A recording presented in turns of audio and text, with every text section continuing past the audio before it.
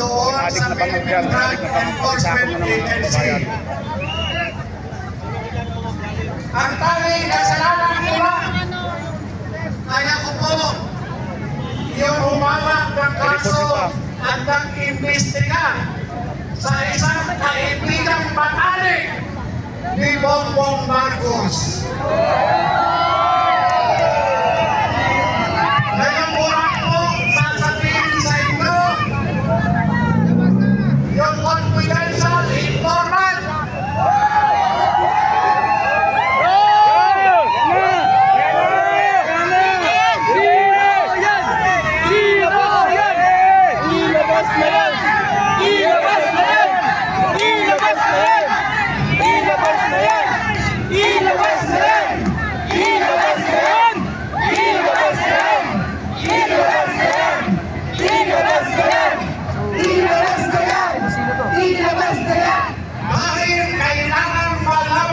sambayang Pilipino, ang confidential informant ay si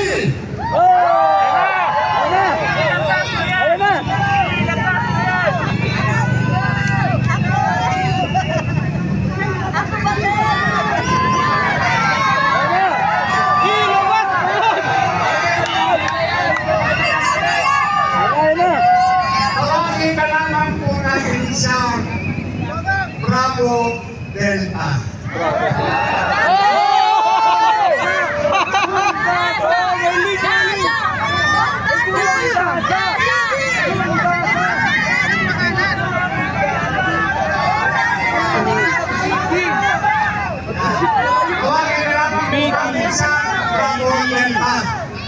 Yan po ang pangalan ng confidential informant. Ilabas na yan! Si Bravo Delta daw yung confidential na... Bravo Delta o BB for sure. Sabi natin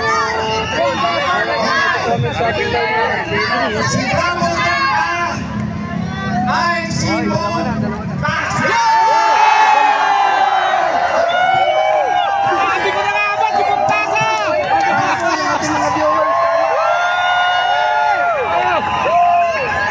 Bong Tasa! Bong Tasa!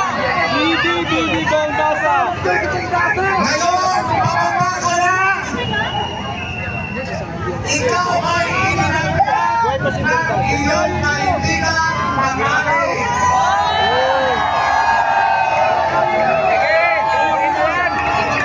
Confidential ano yan?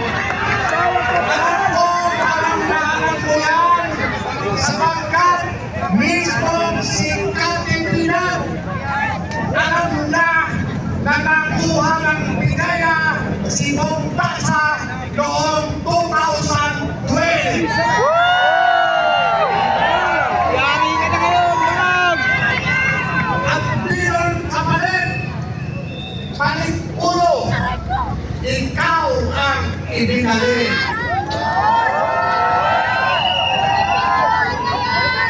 Yan po ay nandun Mangga! sa Mga record mangga! ng pinaya.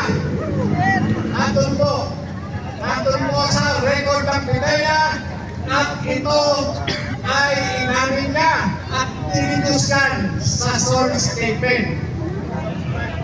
Nakuha po ng pinaya itong si Bong Tasa at itinuro yung kanyang mga kasama. Kaya po ito nalaman namin. Yan po yun.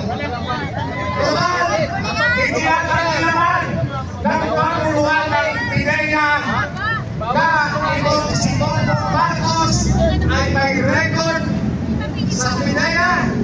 Ito, sinasabi ko ngayon sa inyo ang nilalaman ng naturang impormasyon.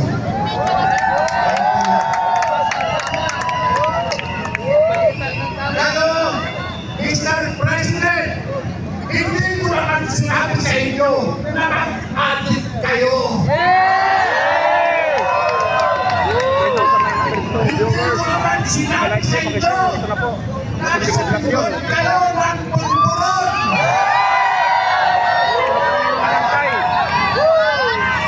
At hindi ko kayo sinabihan na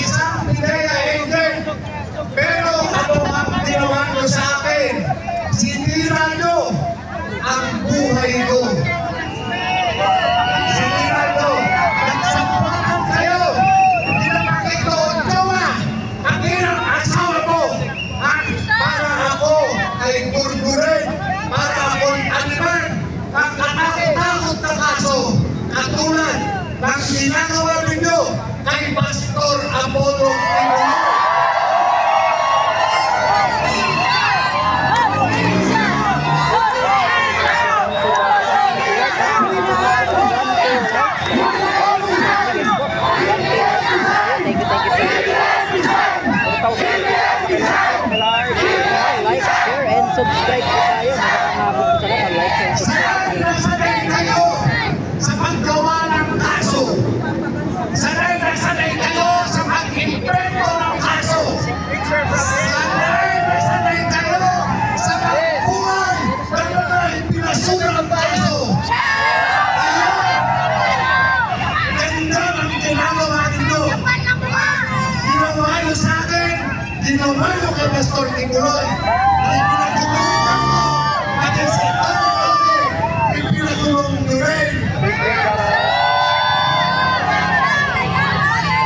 Hindi na kayo nasiyahan kay Don Quinto at kay Kaeli.